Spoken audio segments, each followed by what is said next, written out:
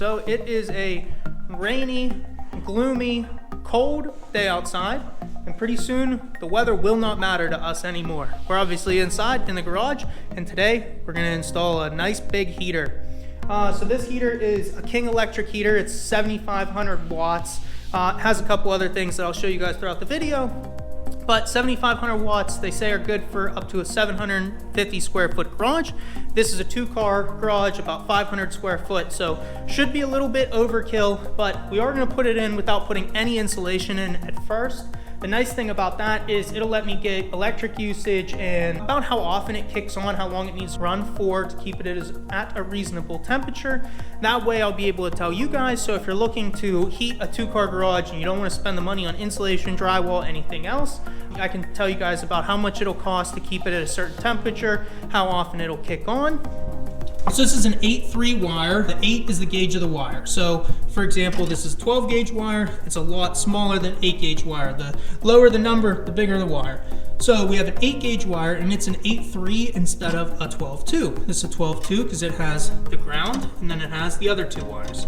This is an 8-3 because it has the ground right there in the middle. It has the neutral, which is the white, the hot, which is the black, and then an additional hot, which is the red.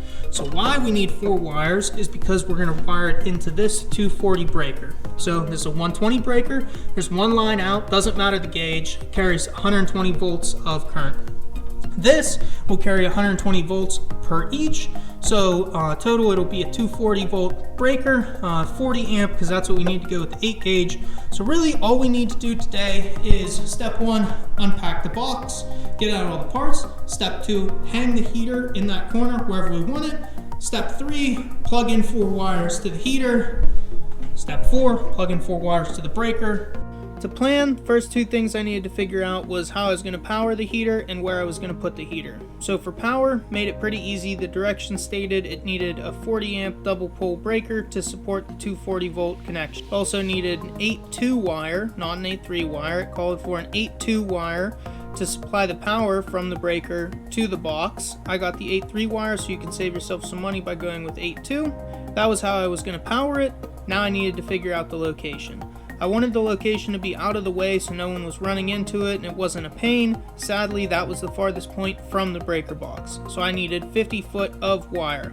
For the installation, since we picked our location, the next steps were pretty simple. We needed to run the wire from the breaker box to the heater. In my case, this was pretty easy because I didn't have any insulation or drywall in the way, so I just ran it through the ceiling joist from the breaker box to the heater. I stapled it down with some wire staples so it wasn't going anywhere. I connected it into the breaker box with a Romex connector, and then I wired it up to the breaker. I stripped the wires back and then got it ready to wire up to the breaker. On the other end, we needed to place the heater, so we mounted the block that the heater was going to go into. And in this case, you can see I used 2x4s. I later updated it to a 2x12 when I repositioned it for the drywall. I mounted the heater brace to the 2x4 I put up spanning the ceiling joist. Using lag bolts, I attached the heater brace to the 2x4, and then I placed the heater on the hooks for the heater brace. This is where we found out that we could pivot after it was on the hooks, so later in the video I take it down, put it back up, mounting it a different way, showing you how you can pivot it and what comes with pivoting it. Once it was mounted to the ceiling, we just needed to run it into the heater, similar to how we ran it into the breaker box. We took a Romex connector and secured the wire in. We then stripped away the wire and attached it to the breaker and the heater. I'll show you later inside of the heater, and I'll show you coming up the inside of the breaker box. Breaking down costs for this is a little bit strange. Because I went with an 8-3 wire over an 8-2, I spent a lot more money than I needed. I also went with a heater that you could get away with a much cheaper heater to do practically the same thing. So cost for me, it was $300 for the 8-3 wire, $20 for the breaker, $1,150 for the heater, and then $25 for miscellaneous pieces including the 2x4, the Romex connectors, the wing nuts, the staples, the lag bolts. This brings my total to about $1,500 to install this heater. If instead you went with the 8-2 wire and let's say a comfort zone heater for $400, then you could complete this project for $600. Alright, we got everything installed. The heater is all hooked up. It is running. It's been running for a while, so the temperature is reading 62. I don't know if you can see that through there, but it's reading 62 right now. it will kick on if it goes below 60. So we have everything wired up. I did have to make some braces up there, put it on a diagonal. I didn't have to do that because this actually swivels. It only has one bolt connecting it going down through, so it will actually turn. You can turn it wherever you want it. So I could have mounted it either this way or that way. I would have had to put braces either way. I did realize this after, but I do think when I put drywall up there, I'm gonna take this and move it back in the corner because, so I'm 5'8", and my head will hit this. If I'm working around there, anybody taller, I'm just gonna smash their faces off that. Now normally a car will be here, whatever car I'm storing. I don't plan on really using this part of the garage to work. I'm gonna work over there. So no one should be over there, but I still wanna put it a little bit back farther in the corner because I think it's sticking out a little bit too much, and there is extra wire, so Tom went ahead, hooked all this up, so we have it into the Romex connector, and then up here we used, it was actually calling for an 8.2 instead of an 8.3, and that's because it uses 2 hots for the 240 volt, and then a third wire, which neutral, ground, they both go into the shared bar right here. So Tom chose to use the neutral over the ground, so the ground's just here because we don't need it. For another heater in the future we might, so we're just leaving this over here. Same thing in there, so the ground is just taped off, and then the neutrals ran into the ground connection, and everything's all hooked up, breakers on. Yeah, I think I like the unit so far. We'll see if it does heat up on the colder days when there's no insulation. Even if it doesn't, it's not going to be a problem for me because we are going to put insulation in. It's a couple weeks later, and I wanted to do a follow-up on the heater. So you can see we have the insulation in. We also have, you can't see out of it, but a big window put in. Insulation will help keep it insulated. The big window is gonna let some heat out, but we have the garage, or the heater running. It's been running for about 3.5 hours now, and I don't know if you can see from here, but it is up to 55 degrees. So we got it up to, I think it was 53 when there was no insulation. We put insulation in, and now it's up to 55. So the next step will be putting up the ceiling insulation, and then seeing what it heats like then. We now, as you can see, have drywall on the ceiling. Now it was a little bit warmer, it's about 40 degrees, but last night I got the garage up to 70. I did turn it down to 60, and it stayed there for probably over 2 hours before I ended up getting out of the garage. So the other thing I wanted to show was the wiring of that. We showed the wiring in the box, but the cover was on the heater, so I just want to show you what we ran. As I said before, the instructions do call for an 8.2 wire, and I originally said 8.3, which is what we bought and installed. So we have the ground, the neutral, and the 2 hots, which you don't need. You only need 3 wires, which is why they call for an 8.2, and that's what you should buy so you save money. But we didn't, so here's how everything's hooked up. We have the 2 load wires. We have the neutral. Since we had the neutral, we ran it into the ground block since it's a little bit thicker.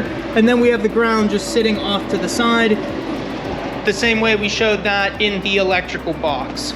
So yeah, next update will be after we have the blow-in insulation in. All right, let's close out this video. So now we have the drywall up, the mud done, we have the blow-in insulation in, up to an R49 value in the ceiling. There's R15 in the walls, everything's sealed. The garage is insulated as well as it's gonna be. So let's do a final review on this thing. So right now it's like 25 degrees outside, and the heater is keeping the garage up to 66. It's been that temperature for a while. If it drops below 65, it'll kick on again. Now with all the insulation in here, it gets up to temperature really fast. Once you open the garage door, it heats up in about 10 minutes. To overall heat up the garage, I would say, depending on how cold it is, it could be 30 minutes to 45 minutes, but it gets up to temperature pretty quick.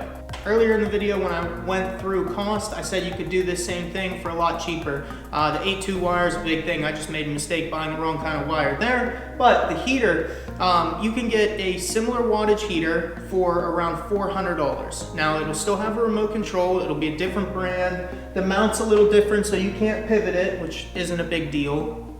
But the big reason I went with King Electric is the brand had really good reviews. A lot of people had really good things to say about it.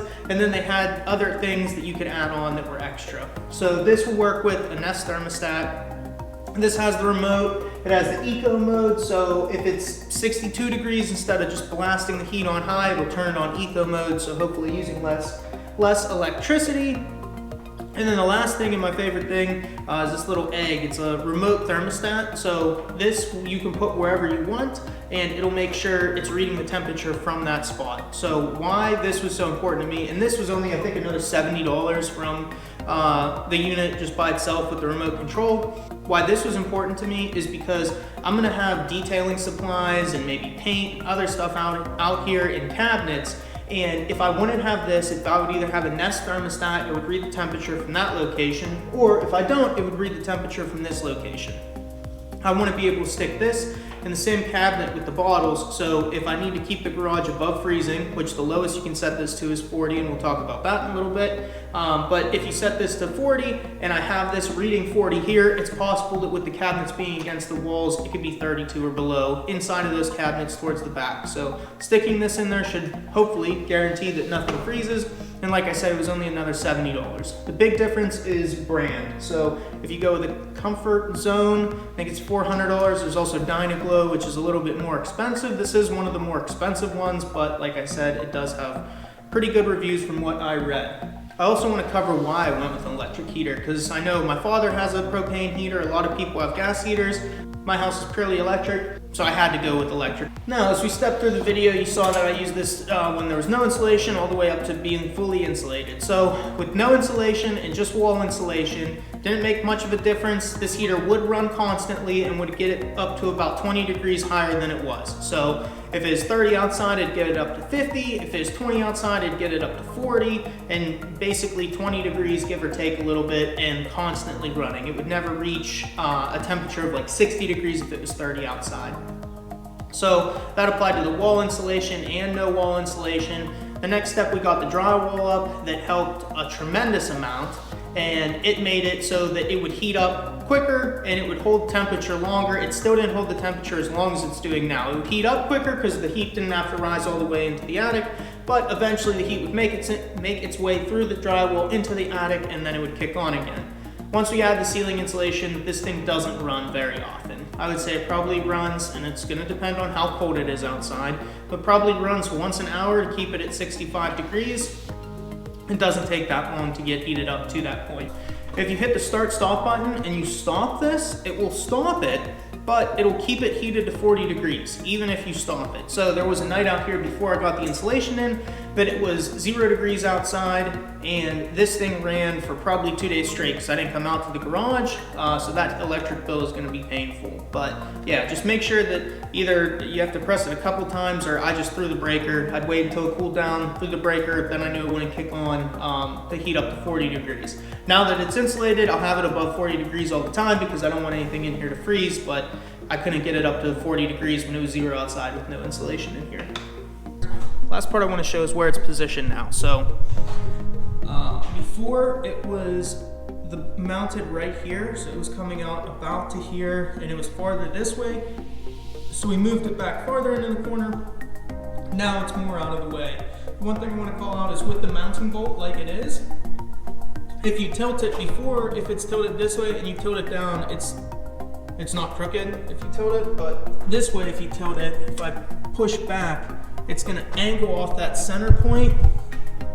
The cord's not gonna let it push back all that much, but it'll become tilted because it's not just going straight back, it's going back in an angle. So it does kind of look goofy if you tilt it back at all, but you can do.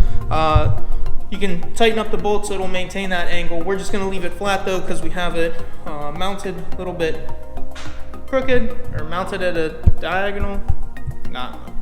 But yeah, hopefully you guys enjoyed the video and got something out of it. We went over install, we went over cost, we went over energy usage, or at least runtime, across no insulation, wall insulation, drywall with no ceiling insulation, and ceiling insulation. So if there's anything you think should have been added to this video, let me know in the comments down below, or if you have any questions and are thinking about getting this heater, ask away.